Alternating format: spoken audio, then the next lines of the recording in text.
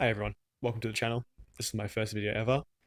Uh, the channel is called AFK Assets, and the whole idea is just tracking my finances month by month, seeing where my money goes, where it grows, and kind of documenting the journey.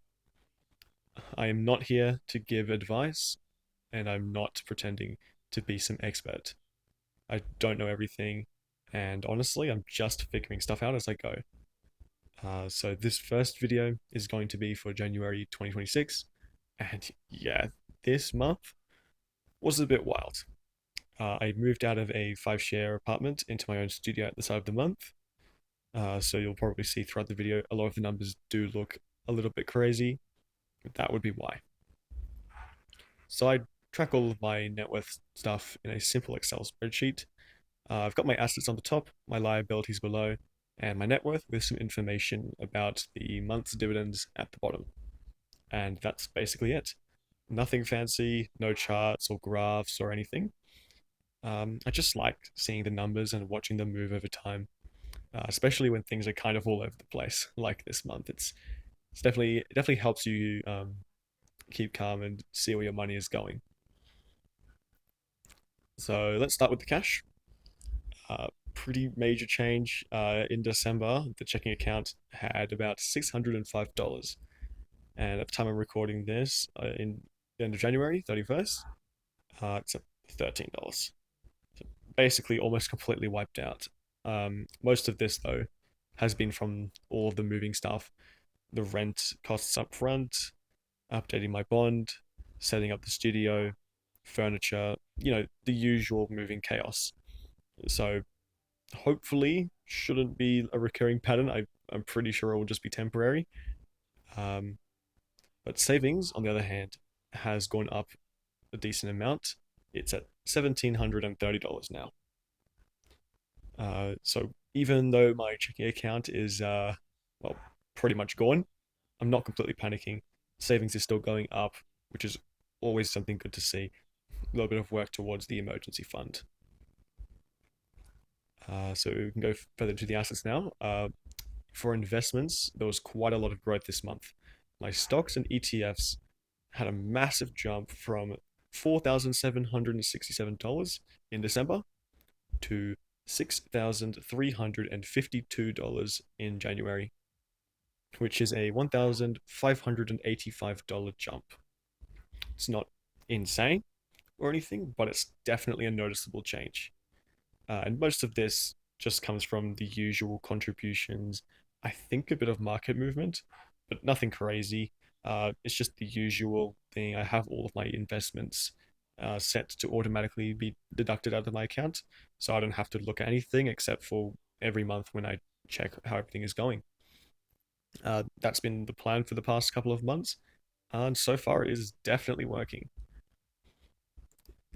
Bitcoin is still absolutely tiny. It's only $26.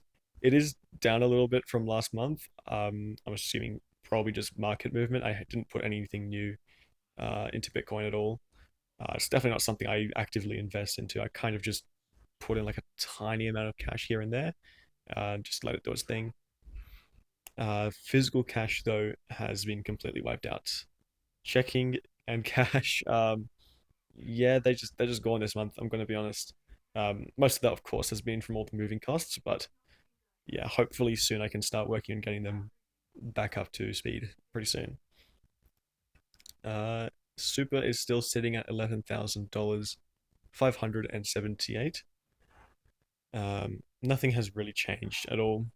I almost never check it because from what I know, um, they don't update Super all that much from the ATO. It just updates I think, every year or every 6 months. I'm not exactly sure on how that works. Um, yeah, it's pretty boring money, but I mean, there you go, I guess.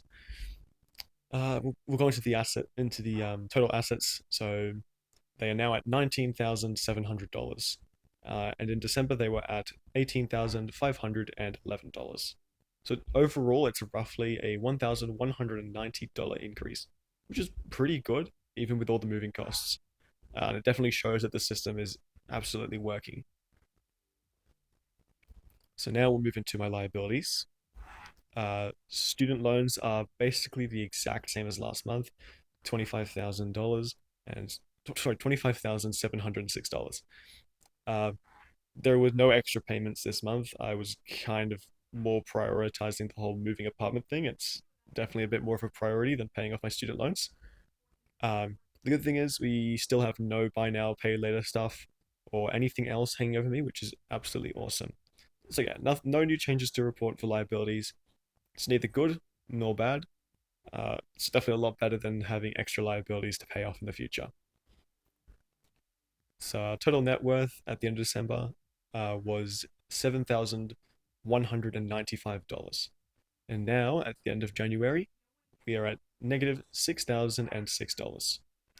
So yes, still negative, mostly because of our student loans, but it's still an improvement of about $1,189. So honestly, the number itself isn't that stressful. What matters to me is that overall I'm moving in the right way. And seeing that the trend is still up in the right direction is incredibly satisfying. Like hell yeah, man. Progress, even if it's slow and being a little bit um a little bit screwed over with the whole moving stuff. Uh, Dividends has also come in this month. We received $14.62. It's definitely not life-changing money at all. All of it just gets reinvested anyways. I don't touch my dividend cash anyway. But it is starting to get noticeable. I believe last month in December it was around $2.06. Uh, so it's definitely getting noticeable. I don't think this will be a consistent thing. From what I know, these are from my core ETFs. The stuff I got in December was from some of my more satellite positions, which don't really matter too much long term. So yeah, just another small thing that makes this spreadsheet feel alive, feel like it's changing month to month, I guess.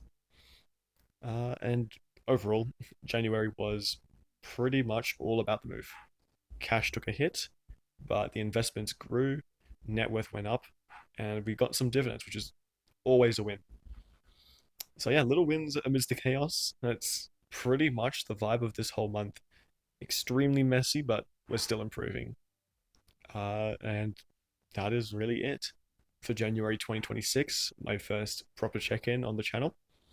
Next month should hopefully be a little bit calmer now that the move is done. It should be interesting to see how things balance out. Obviously, shorter month, so I don't know if I'll be getting to do as many investments as I did last month, but we will see how it goes.